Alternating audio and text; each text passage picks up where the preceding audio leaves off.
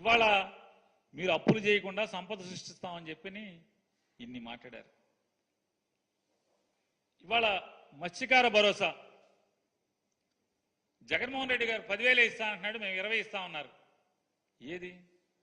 May June అయిపోయింది, మళ్ళీ మత్స్యకారులు వేటకి వెళ్తున్నారు, వాళ్ళ వేటకి నిషేధంలో ఉన్నటువంటి డబ్బులు ఇవ్వాలి కదా.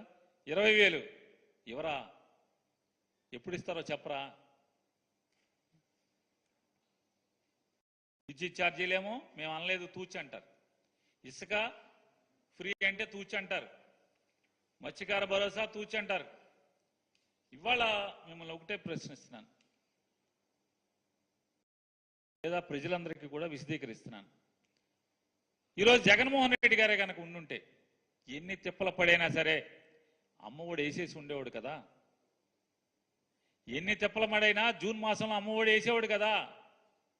డ్వాక్రా అక్క చెల్లెలందరికీ 0 వడ్డీ ఖచ్చితంగా పడి ఉండేది కదా. చదువుకునేటువంటి ప్రతి విద్యార్థికి విద్యా దీవెన కానీ వసతి దీవెన కానీ ఈ రెండు పడేవి కదా. మత్స్యకారులకందరికీ కూడా మత్స్యకార భరోసా పడి ఉండేది కదా, 10,000 రూపాయలు.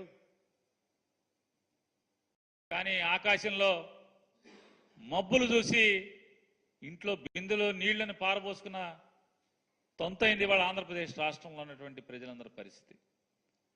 వీళ్ళ ముగ్గురు కలిసి అలవి కాని హామీలను ఇచ్చారు, అవన్నీ అయిపోతాయి అని చెప్పని.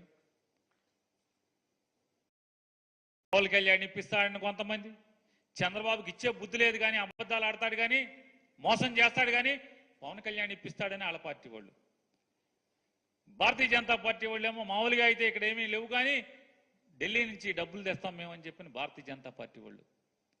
మీరు ముగ్గురు కలిసి ఈ ఆంధ్ర రాష్ట్ర ప్రజలకి ఇవాళ మోసం చేయటంలో ముందున్నమాట వాస్తవమా కాదా అనేది మీకు చెప్తూ, ఇవాళ తెలుగుదేశం పార్టీ లేదా కూటమిలో ఉన్నటువంటి మొత్తం కూడా ఈ ప్రజలకి మీరు సమాధానం చెప్పాల్సిన అవసరం ఉంది.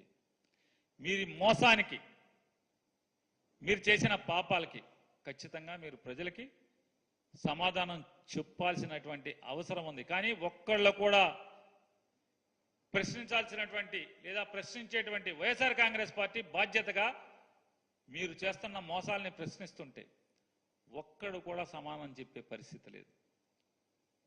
కూటమిలో ఎవరు కూడా ఒక్కళ్ళు కరెంటు ఛార్జీలు, ట్రూ అప్ ఛార్జీలు మీరు తీసేస్తా ఉన్నారు కదా, ఎందుకు వాళ్ళు ట్రూ అప్ ఛార్జీలు బిల్లులో వస్తున్నాయి? నేను చెప్పానా అని చంద్రబాబు నాయుడు గారు విలేకరులను దబాయిస్తున్నాడు.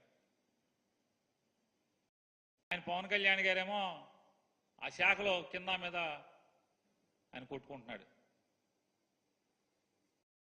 పంచాయతీరాజ్ శాఖ తప్పితే ఆయన తొంగి సోట్ల పక్కకి. అంటే చూస్తే కూడా ఆయనకు కూడా ఇదే సమాధానం చెప్పాలి కదా, మళ్ళీ ఈ మోసాలన్నిటికీ సమాధానం చెప్పాలి కాబట్టి అది చూసా ఏం చెప్పట్లా. సినిమా రేట్లను మేమేదో చేసేసాం, సినిమా వాళ్ళకి అన్యాయం చేశాం, సినిమా రేట్లు అసలు సినిమాకి రేటు పెడతాకి నువ్వెవడో రా జగన్, నువ్వెవడవే, సినిమాటోగ్రఫీ మినిస్టర్ ఆడెవడు ఈడెవడు అని మాట్లాడారు. ఇవాళ జగన్మోహన్ రెడ్డి గారు ఏ జీవో